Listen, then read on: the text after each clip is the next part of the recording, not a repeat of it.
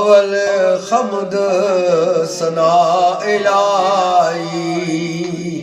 जो मालिक हर हर दा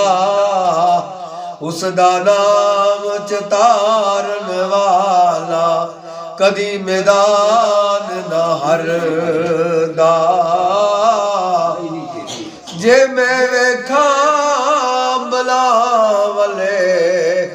ते कुछ नहीं मेरे पल्ले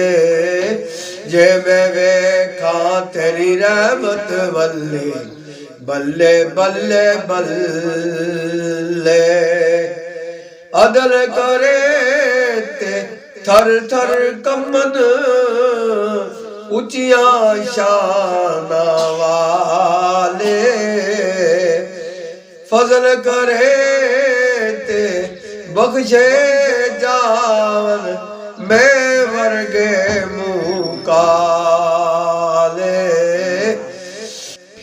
लाओ यार